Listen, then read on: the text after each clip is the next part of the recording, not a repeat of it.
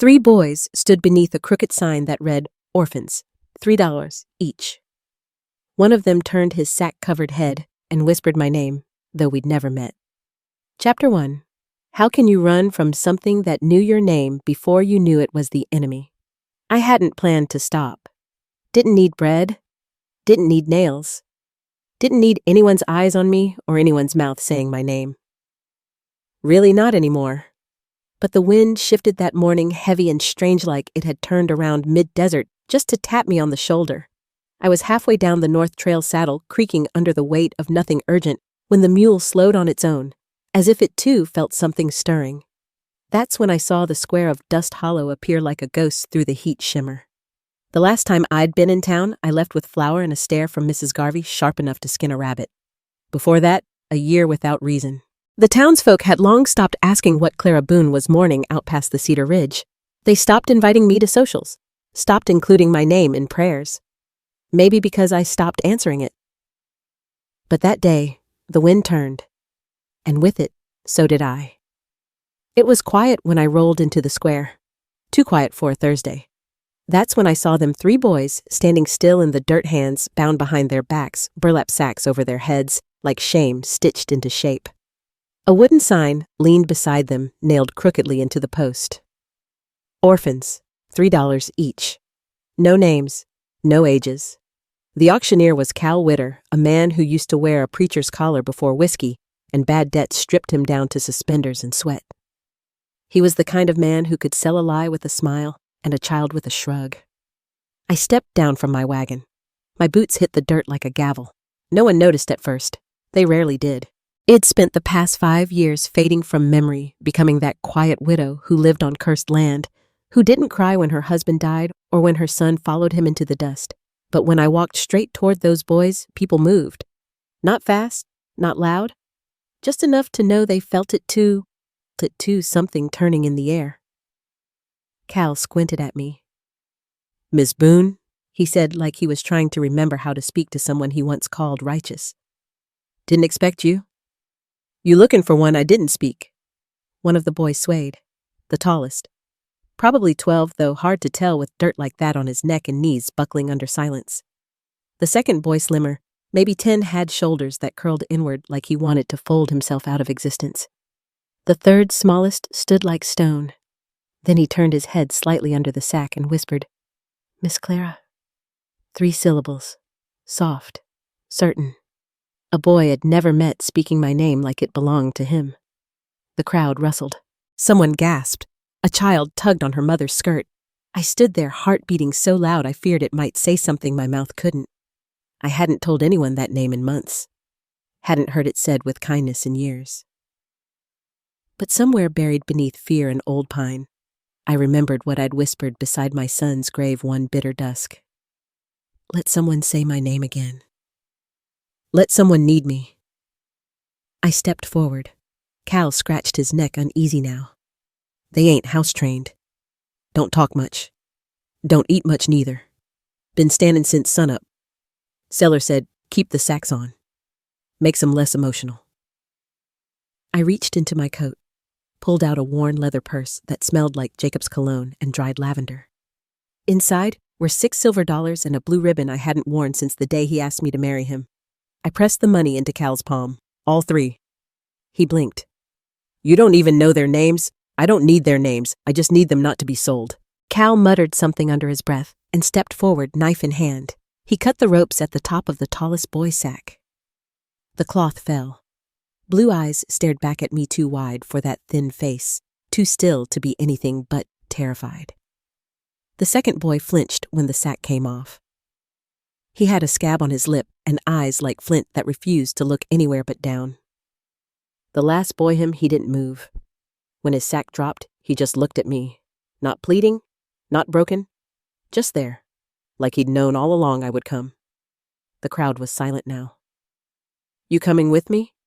I said. They didn't ask questions, just followed, one behind the other. We rode in silence.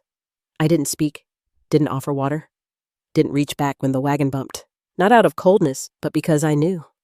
Comfort too early scares the wounded. I'd learned that the hard way. My house sat alone at the edge of the canyon. built half from Jacob's hands, half from mine.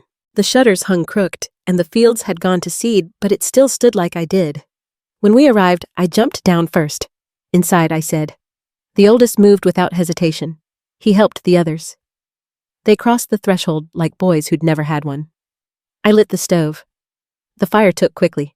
I measured out beans and cornmeal and cracked 3 eggs into the bowl, though I hadn't cooked for more than 1 in years. Sit, I said. They did. Quiet hands still close to their backs like they didn't trust they were free yet. I stirred batter while they watched me. Or maybe they watched the idea of safety, unsure if it was real.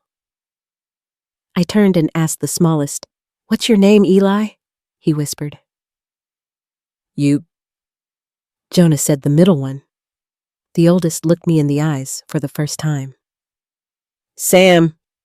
I nodded, setting the pan on the stove. I'm Clara, I said. Eli tilted his head. I know. I flipped the cakes in silence, but my hands trembled. Something had begun. A storm, maybe, or a healing. I wasn't sure which. But for the first time in years, the sound of my name hadn't felt like grief. It felt like purpose. Chapter 2. What if you're not saving them, but they're saving what's left of you? The first night, the house felt heavier than usual. Not loud, not dangerous, just full of breath of memories of things unsaid. I didn't sleep. I told myself it was to keep watch, but the truth was quieter and more uncomfortable. I was afraid. Not of the boys. Of what I'd done. I'd brought home 3 ghosts who still breathed. They lay curled near the hearth, blanketed in old quilts in silence. Eli, the smallest, had his fingers wrapped around a smooth stone and muttered something in his sleep. At first I thought it was nonsense, but then I heard it clearly. Tell her again. Tell her Clara's the one. I froze in the dark. There was no one in the room but us. And still, it felt like something or someone was listening. Maybe God. Maybe something older than him. By dawn, I was already downstairs, stirring oats in the cast iron pot. The sky outside was the color of pewter, and the wind had a sharp edge. I sliced apples, added cinnamon I'd been saving for better days. If this wasn't a better day, I didn't know what would be. The boys moved slowly.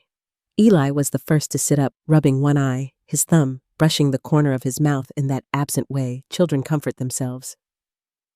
Jonah stirred next, blinking like the room didn't quite belong to him.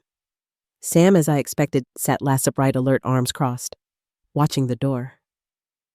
I didn't speak right away, just placed bowls on the table and let them come when they were ready. They ate fast, like wolves in a storm. No words, just the scrape of spoons against tin and the occasional clink of knuckles bumping into one another when they reached too quickly. I waited until the second bowl to say it. You'll need clean clothes. Jonah looked up, startled. Sam narrowed his eyes. Eli kept chewing, but slower now. There's a chest in the corner near the stairs, I continued. Shirts, trousers, blankets. They may not fit perfect, but they'll be yours. What's the price? Sam asked flatly. Soap and trust, I said, then pointed to the back door. You'll wash in the barn. Water's already heating. Towels are in the red box. He stood, jaw set. Fine, you'll go first. Don't ruin the soap. It's lye and it'll bite if you're not careful. His eyes flicked with something close to curiosity, maybe even respect. He nodded and stepped outside. Jonah followed without a word. Eli stayed in the doorway, holding the same stone from last night. It looked darker this morning, wet with the sweat of his small palm. Can I keep my name? He asked suddenly. I looked up from the sink. Why wouldn't you? People change 'em. When they take you in? I'm not taking you in, I said. I'm letting you stay. He nodded. Still, I think God gave me this one. My throat tightened. Then hold on to it. He ran barefoot through the morning light. By noon, the boys were cleaner and slightly less suspicious. They wore mismatched shirts with sleeves too long and pants tied with rope, but they held themselves taller. Soap clung to their skin pine tallow, a faint trace of lavender. Sam split kindling without being told. Jonah stacked it. Eli swept the floor, humming some old hymn broken by memory. I watched them, pretending not to watch. And for a moment, I wondered if maybe I hadn't saved them at all. Maybe they were saving me from becoming what the world had already decided I was. A woman alone, dried up, waiting for the earth to take her. After lunch, I handed Sam the axe properly. "Hands like this," I said, wrapping his fingers just right. "If you lose a toe, I'm not sewing it back on." He smirked. Not a smile, but close enough to count. He swung. Missed the first time. The second, the log cracked like it knew he meant it. Meanwhile, Jonah crouched near the back fence, digging in the earth. When he found a worm, he picked it up like a relic and moved it gently aside before continuing. "Did you ever have a family?" he asked without looking up. "I did." "Where are they now?" "Gone." He didn't say sorry, just nodded once and kept digging. Some boys ask questions to open wounds. Others ask to learn what survives them. Jonah was the second kind. Inside, Eli had taken it upon himself to rearrange my cupboards. He lined the mugs up by size-matched lids to pots and left a half-eaten biscuit by the window. I walked in as he was folding a dish towel into a perfect square. "You like things neat?" I asked. He nodded. "Makes me feel less floaty." That word caught me, floaty, as if that's what he'd been all this time, hovering above something too awful to land on. That night, I pulled out the old Bible. Not because I believed it would fix anything, but because I wanted them to hear something that had once steadied me, even if only for a verse. They sat around the fire without protest. I read aloud. "He setteth the solitary in families, he bringeth out those which are bound with chains." I didn't look up when I finished, just closed the book and set it down. When I did, Eli was asleep on the bench, breathing soft. Jonah curled under the quilt without moving. Sam was awake, barely, but for once he wasn't watching the door. He was watching me, and I let him. Because maybe, just maybe, I'd stopped watching for someone to come take everything, and started hoping someone would finally stay. Chapter 3. What if the thing you're running from wakes up in your own bed? The scream ripped through the floorboards like a nail being torn from old wood. I bolted upright, breath caught halfway between a gasp and a prayer. It wasn't a cry. Not from pain or fear. It was older than that. The kind of sound that comes from a soul trying to claw its way out of a nightmare and maybe never making it back. The boys' room. I moved fast, nightgown twisted at my knees, feet bare against the chilled floor. The door creaked open like it didn't want to see what waited inside. Sam thrashed under his blanket, soaked in sweat, eyes, shut-tight lips parted in a silent scream that burned in the back of his throat. His fists were clenched. One hand clawed the air like he was fighting off someone who wasn't there anymore. "Sam!" I called, crossing the room, dropping to my knees beside him. "Sam, you're safe. You're home. Wake up." He didn't hear me. His head snapped side to side, muttering, choking, body jerking like it had been trained to expect pain at every turn. Across the room, Eli sat up in his cot, hands over his ears, tears sliding silently down his cheeks. Jonah stood by the window, frozen. His fingers curled into his shirt like he was trying to hold himself together. I gripped Sam's shoulders. "Sam, look at me!" His eyes flew open, wild, hollow. Then he shoved me, hard. He recoiled so fast he nearly fell off the bed, scrambling backwards until his spine hit the wall. "Don't touch me," he shouted, voice hoarse. I didn't flinch. "It's Clara. You're not there anymore." He blinked, chest-heaving, lips trembling like a boy still caught between now and then. The fire from the other room cast gold light across the floor, just enough to catch the way his hands shook. Eli sniffled, wiping his nose on his sleeve. "It's okay," he whispered. "We're okay." Sam turned away, face in his hands. "I didn't mean to wake anyone. I didn't mean to." Jonah walked forward, quiet as smoke. "He does this sometimes," he said. "It's not his fault." Sam looked at me, shame raw in his eyes. "Should I sleep in the barn?" "No one's going to the barn," I said, voice flat and firm. He nodded once. He was back. In the dream. The man before the last place. I don't remember his name. Just his boots. And the way he smelled. Like rope and wet earth. There was a silence after that, thick as grief. "Want some tea?" Jonah asked. I turned to him. His voice hadn't cracked. His eyes were clear. But he was shaking, just slightly, just enough for me to notice. It helps, he said. Reminds us this is real. So we made tea. The fire was still warm. I lit the lantern and let each boy choose their own mug. Eli took the blue one with chipped flowers. Jonah chose gray again. Sam hesitated until I placed the old tin cup into his hands. It had a dent near the rim left there by Jacob years ago. He looked down at it, then drank without a word. We sat there until the sky lightened from black to steel. Eli curled his legs up in the chair. Jonah leaned against the table with his cheek on his arm. Sam stared at nothing, but at least he was upright. Breathing. Are nightmares like memories? Eli whispered. No, I said. They're what memories do when they can't stay quiet any longer. That seemed to land somewhere in all three of them. We didn't go back to sleep. Later that morning, I handed Sam the axe again. Not to chop. To feel something real, I said. Something you control. He didn't argue, just took it hands firmer now. I showed him again how to swing from the shoulder, how to keep his foot clear. He split 3 logs before he said a word. Will they ever stop the dreams I asked? He nodded. I don't know, but they'll change. So will you. In the garden, Jonah helped me tend the soil. He didn't hum this time. He just worked quiet and careful, moving worms from shovel paths like he was saving saints. At one point, he looked up. You ever get scared, Clara, every day? He nodded like he expected that answer. Like maybe it helped. Inside, Eli had started rearranging my shelves again. He lined spoons by length, grouped tins by sound. When I caught him tracing letters into the dust, I didn't stop him. I handed him a piece of charcoal and said, Write on something that won't get wiped away. He grinned. You mean like the wall? I mean like paper. But that was close. That afternoon, I found a drawing on the back of an old receipt, a woman in a long dress with hair tied back. Next to her, 3 small stick figures and a dog that looked more like a sausage. Underneath, he'd written in shaky backward letters, Found. That night, I read from the Bible again. The same passage. He setteth the solitary in families. He bringeth out those which are bound with chains. This time when I looked up, Sam wasn't watching the door. He was watching me. I smiled at him. He didn't smile back, but he nodded.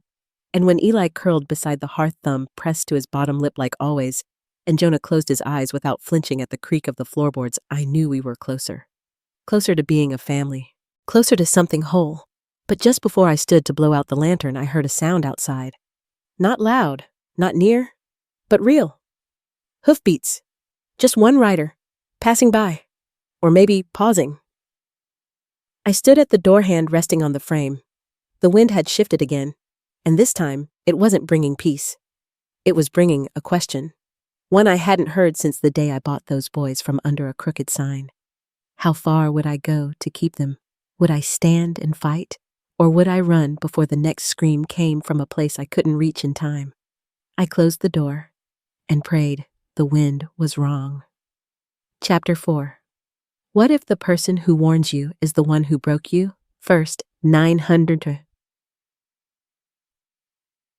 words. It came in the quiet before the rooster. A soft scrape like something alive but afraid to knock. I opened the door to cold air and silence. No wind, no moon, only the smell of old ash and the sound of my own breathing. There on the threshold lay a piece of folded paper. No seal. No name. 3 words. They're coming back. My heart didn't race. It stopped. Then started again, in a rhythm I hadn't felt since the war ended. I turned it over. On the back, a map roughly drawn, and beneath it, a name written in rushed, uneven hand. Ezekiel Boone. The ink blurred where my thumb touched it. My husband's brother. Dead, they told me. Shot trying to collect a bounty on the wrong side of the Missouri line. I remember standing in the churchyard when they told me the minister chewing tobacco by the gate like it was a favor he didn't want to give. I hadn't spoken Ezekiel's name aloud in 7 years. And yet, here it was, whispering across my porch like a ghost with unfinished business. When the boys came down that morning, I hadn't touched the fire. The letter sat on the table, a snake coiled in paper. Sam noticed first. Something happened. I nodded. Yes. Eli climbed into my lap without asking, pressing his small body into mine. I held him even as my eyes stayed locked on the letter. Someone wants to take you back, I said. Jonah's mouth parted. Who? I slid the paper forward. Ezekiel Boone, my husband's kin, or someone using his name. Sam leaned over the table, his jaw tensed, throat working around something bitter. He's alive, he asked. Or someone wants us to believe he is. I didn't say what else Ezekiel had been. When Jacob, my husband, was dying, Ezekiel came to help with the cattle. Stayed longer than welcome, drank louder, looked at me too long. Once after supper, he said, "A woman like you shouldn't be wasted on a man with 1 foot already buried." I didn't answer, just handed him a plate of cornbread and locked my door that night. He left 2 days later. I never told Jacob. What good would it have done? Sam looked at me now like he knew more than he'd said. Like maybe he had an Ezekiel of his own in his past. What do we do? He asked. We prepare, I said. We don't run. We make it so, if they come here again, they'll regret it. That day we built a quiet fortress. I showed them how to wedge broken glass into the flower beds. Jonah scattered ash across the back path to catch boot prints. Sam dragged planks across the chicken coop, reinforcing it with nails he bent straight again by hand. Eli sat by the hearth, watching everything with wide, serious eyes. He was too young to understand the shape of the threat. But he felt it, and so did I. That night we slept in shifts. I kept the rifle by the door, the pistol under my pillow. The dog didn't bark, but he paced, back and forth like the floorboards were whispering things only he could hear. At dawn, I found the second letter. It was under the barn door. Porter's Mill. Midnight. Boys. 8 ahead. No questions. I stared at the words until they stopped meaning anything. Then I stared longer until they meant too much. I'd seen it before. Sales written in quiet places. Children priced like cattle. But seeing it now with their faces fresh in my memory, with Elise, picture still on the wall, ignited something I thought had gone out years ago. I took the letter inside, poured black coffee, waited. When they came down, I didn't speak. I laid the paper flat between us. Jonah read it first, then Eli. Sam didn't need to. He already knew. I'm going, I said. No. Sam said, we go together. I'm not asking. You think you stop them alone? I think I'll buy you time. I think they expect a woman to plead, not to bite. Sam stood eyes dark. They don't know what kind of woman you are. I looked at him, not as a boy, but as something half-formed caught between survivor and soldier. The kind of man this world made too early. Promise me you'll stay, I said. His fists clenched. Why? So you can die alone? No, so I don't die for nothing. Jonah reached out, touching Sam's arm. She's right. I don't care. I do, Jonah said. Sam exhaled through his nose hard. Fine. I packed by sundown. Hard bread. My husband's revolver. A photograph of the 3 of them drawn in Ellis' unsteady hand, and a hair ribbon mini tied around the handle of the knife I kept in my boot. Before I left, I sat on the porch and told them the truth. Ezekiel wasn't just a man I once knew. He was a man who knew how to break people without raising his voice. If it's him, I don't know how this ends. Ellis' lip trembled. Don't go. Jonah said nothing. He just looked at me like he wanted to remember everything about this moment in case it was the last one. Sam walked me to the mule. You come back, he said. He'll try. Promise. I've never lied to you, I said. Don't ask me to start. I rode out as the sun dropped low, its light bleeding across the dirt like something wounded. Porter's Mill lay 3 hours west across the canyon. The letter said midnight. I aimed to arrive early. If Ezekiel was there, I needed more than bullets. I needed to remember who I was before fear taught me silence. Because the last time I saw that man, I was still somebody's wife. Tonight, I'd be no one's property. Not then, not ever again. Chapter 5. What do you do when the devil wears the face of someone you once loved? The stars were veiled behind dust that night, like even heaven didn't want to see what was about to unfold. Porter's Mill stood crooked at the edge of the ravine where the creek whispered over broken stones and coyotes kept their distance. The building looked less like a place of trade and more like a wound in the land, half-collapsed roof, sagging shutters, and the smell of grease and tobacco thick in the air. I arrived just after dusk, earlier than the letter instructed. I left the mule tethered to a dying mesquite and walked the rest of the way, rifle across my back, revolver in my coat, and my late husband's knife tucked into the side of my boot. My fingers trembled, but not from fear. Rage, when quiet, makes the body tremble like grief. A single lamp burned in the upper window. I crouched behind a boulder on the far bank and watched. Wind stirred the dust like spirits too restless to stay buried. At 11:38, the first rider came. Tall man, long coat, rode like he'd done this before, knocked twice. Was let in. Second came soon after.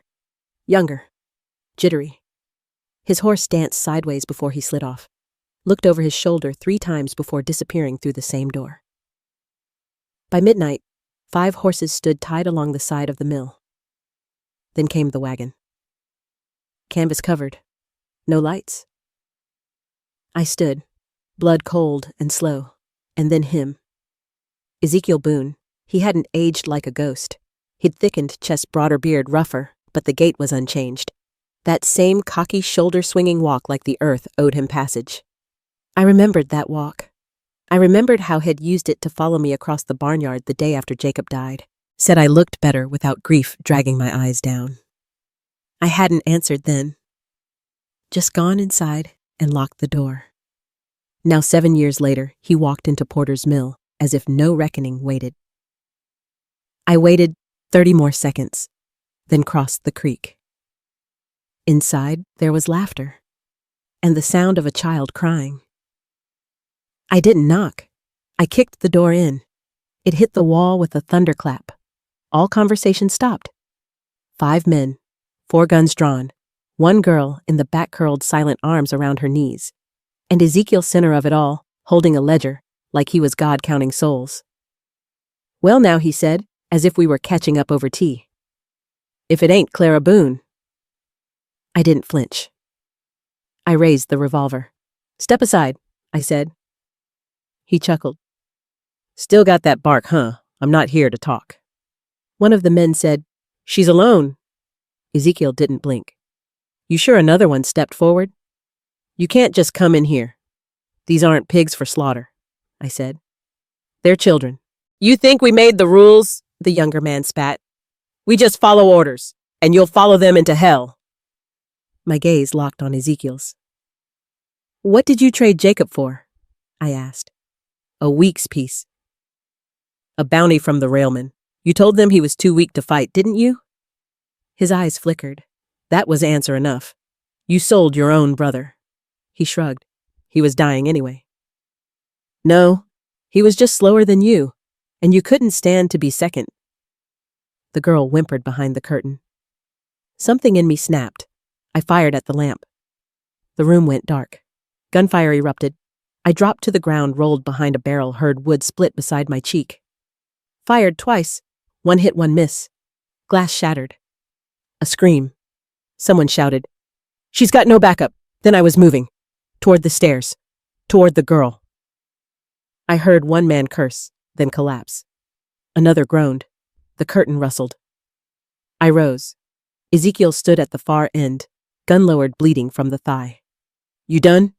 He rasped. I said nothing. I walked forward, each step steadier than the last. You don't have it in you, he sneered. Never did. I looked at the girl. Then I pulled the trigger. The bullet hit his shoulder. He dropped to his knees. I stepped past him and knelt by the curtain. She was maybe 9. Dirt smeared across her face, eyes far older than her body. I held out my hand. I'm not one of them, I said. You're coming with me. She stared, then nodded. She wasn't crying. She wasn't speaking. She just held my hand like it was a lifeline in a storm she didn't know how to describe. We passed through the smoke, over 2 bodies. A third man crawled away clutching his leg. I let him go. Outside, the wagon was waiting. 2 more children, one older woman with blood on her skirt and rage in her eyes. I climbed aboard. The girl stayed close, one hand in mine, the other gripping the bench like it could vanish. I didn't look back until I lit the match. Porter's mill went up like dry bone. The fire took the ledger first, then the roof, then the shame. We rode into the canyon just as the blaze swallowed the building whole. The sky glowed with it, orange and furious. The girl fell asleep against my side breath, shallow fingers still locked around mine. I stared straight ahead toward home, toward the boys, toward whatever waited next, and for the first time in years, I felt something close to whole. But I also knew this wasn't the end. This was the warning shot.